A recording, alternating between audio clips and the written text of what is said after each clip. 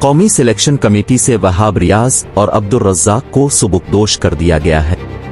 रोजनामा जंग के मुताबिक पाकिस्तान क्रिकेट बोर्ड (PCB) की सिलेक्शन कमेटी का वहाब रियाज और अब्दुल रज़्ज़ाक हिस्सा नहीं रहे हैं। कौमी सिलेक्शन कमेटी में मोहम्मद यूसुफ और असद शफीक ताहाल बतौर रुकन मौजूद हैं।